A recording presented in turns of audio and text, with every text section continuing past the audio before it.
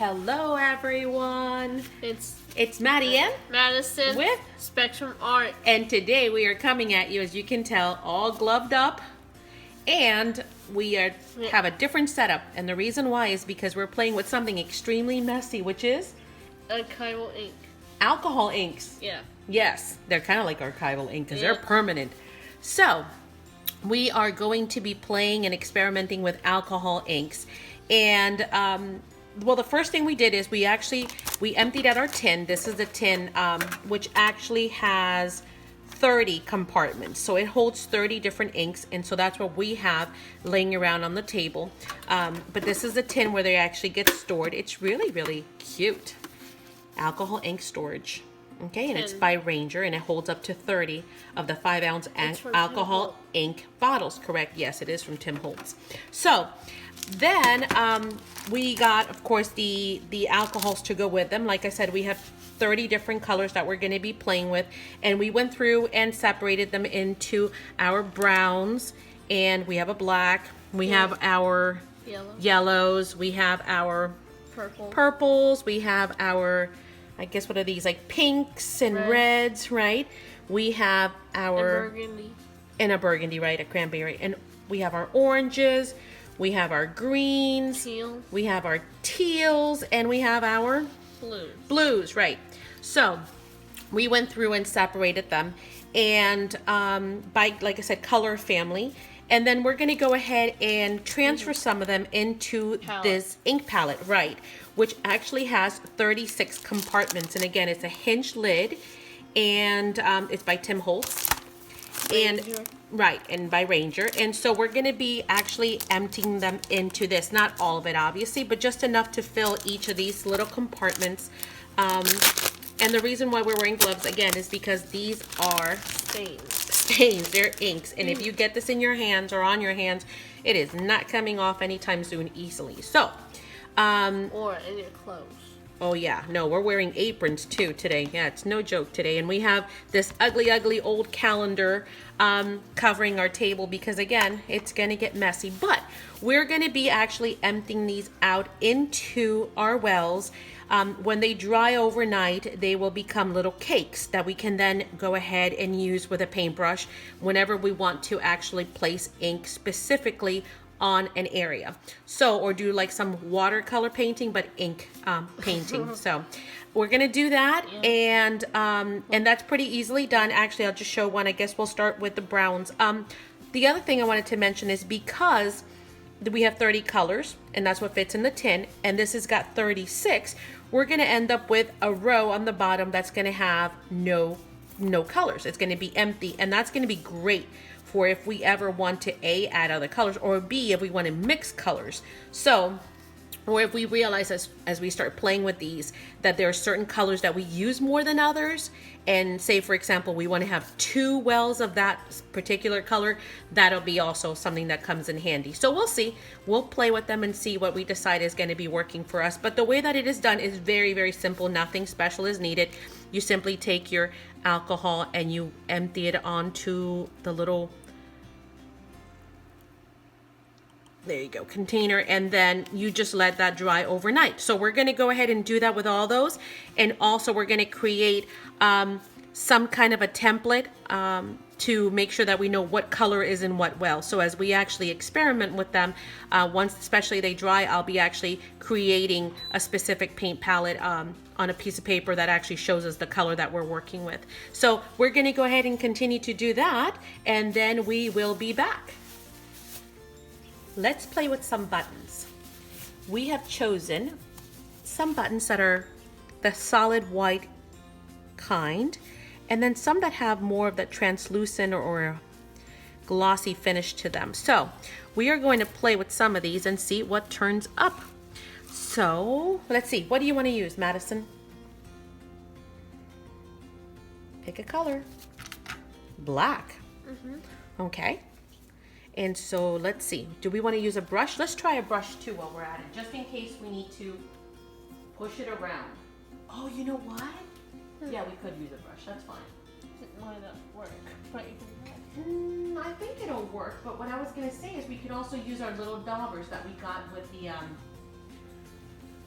with the inks, but let's try this. Okay, so how do we want to do this? Let's go ahead and put some ink here on the mat and try that. And then let's take our button and let's swoosh it around. Pick a button and drop it in there and let's see. Just drop it in there.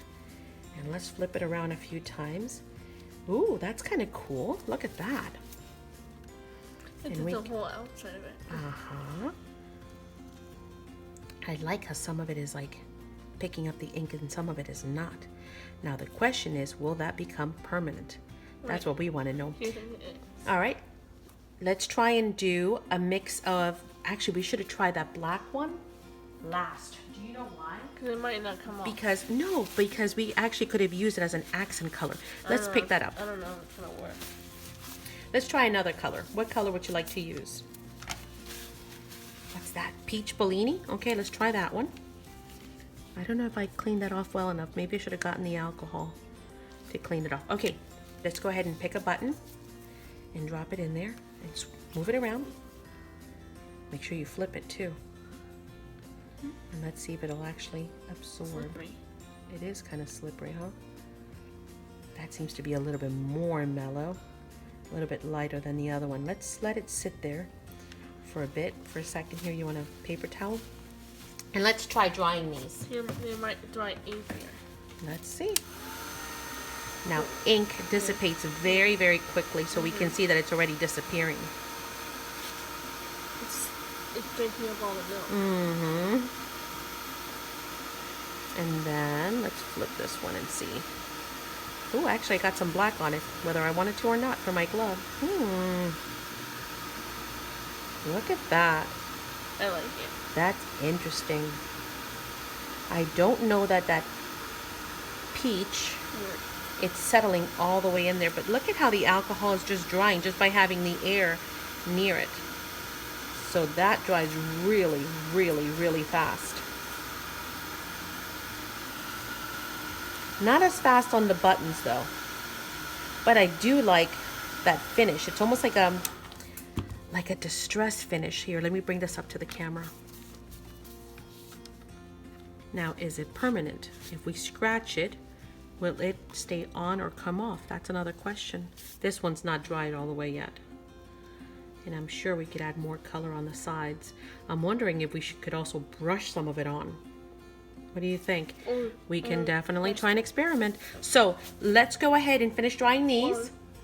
Let's finish drying these. And let's go ahead and do like a nail scratch test and see if it's pretty permanent. And well, we got to finish for it. We got to dry it first. And then we can also play along and see, like I see a little white there, but I don't know if that's someplace that I touched or if it's just that it came off. Let's go ahead and play some more with these. And then we'll come back and see if we found out anything. Okay, we'll come back with a conclusion. Yes? Or our results. Okay. Or at least something else. Maybe we think of something else to experiment with. Yes? Yep. All right, we'll be back. Okay, so we're back. Wanted to show you what we've learned along the way. The first thing that we learned along the way, well, I switched mats because I figured this color might be easier to see. But as we were making this, I was using a paper towel to kind of mop up, and although it's not going to go to waste, because we still use these obviously for when we do mixed media, I realized that we could also utilize it on something a little bit more that would actually show the colors more, and actually that we could utilize later on for stamping.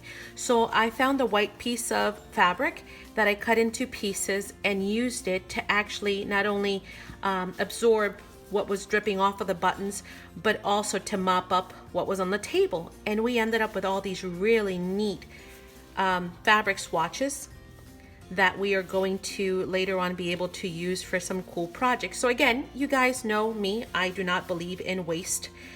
So I always try and find a way to not waste anything in the studio. But I mean, look at these are so neat. Yeah, that is pretty neat. So they all turned out really, really cool, especially if you mix the colors. So I'm going to show you what I mean. What I did was simply grab a piece of fabric. Let's find one that doesn't have a lot of color. Actually, I like that brown one. Let's do this one. And I simply just put buttons on top of that. And then I had Madison actually squirt out a few drops of this. Now, the other thing that I realized as well is that what you want to do is you want it, well, let me do one with you and we'll show you what we mean.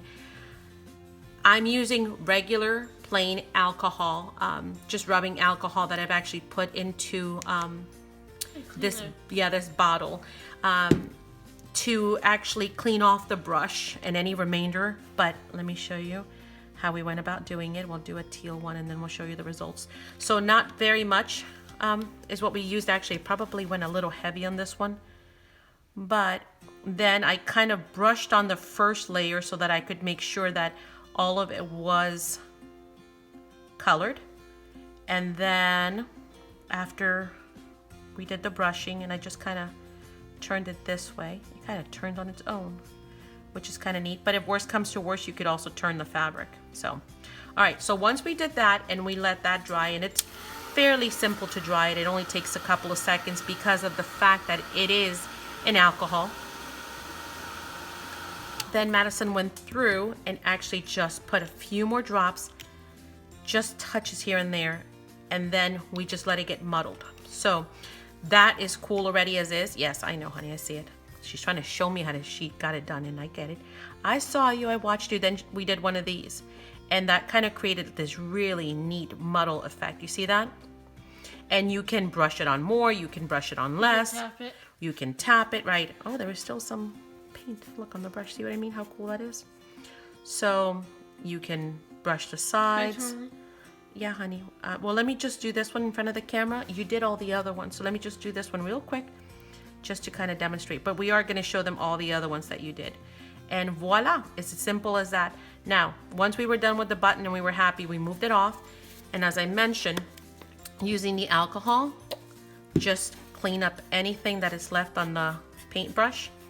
And see how neat it creates those cells when you use the alcohol?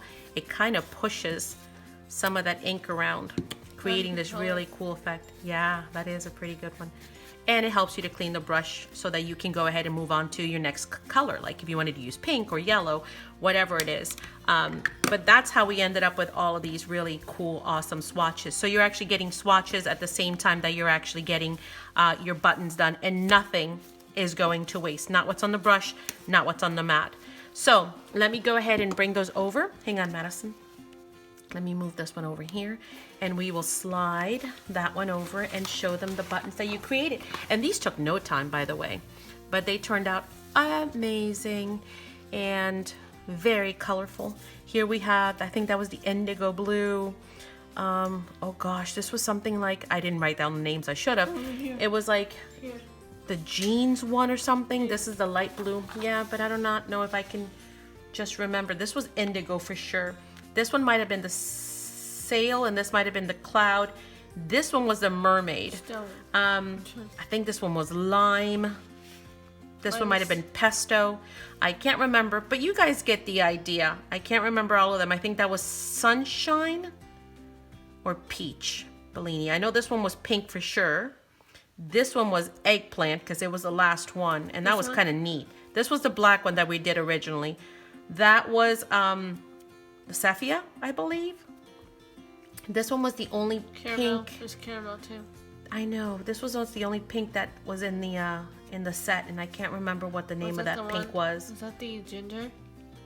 Ginger? It could have been ginger. No, the ginger was yellow. Anywho, this was cranberry.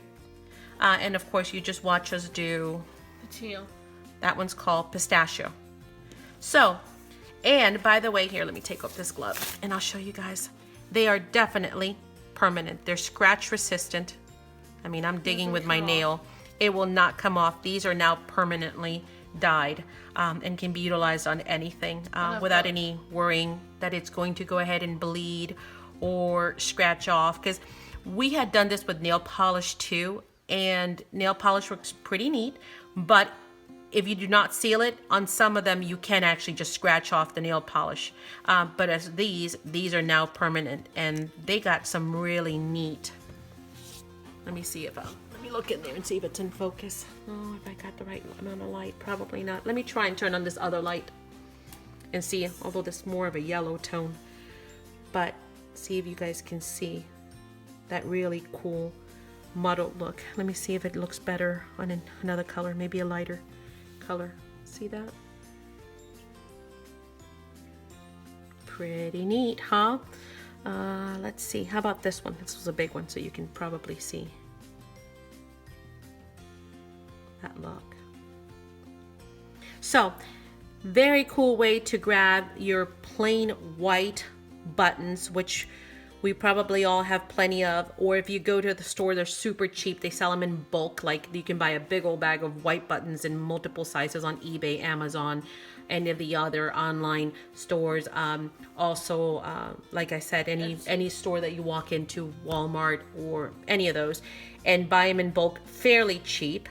And then you can actually do some stunning colors on these buttons and have it be permanent and safe to use on any of your projects. Of course, you can also experiment with multiple colors. Actually, this one was one that these were the only ones, right, Madison, that you went ahead and used 2 colors on? Mm-hmm. Yep. These were, as you can see, there's one green there, and I think the other one was, what was the name of that one? Was it pesto, I think? Lettuce. Could have been. But she used 2 different greens on here.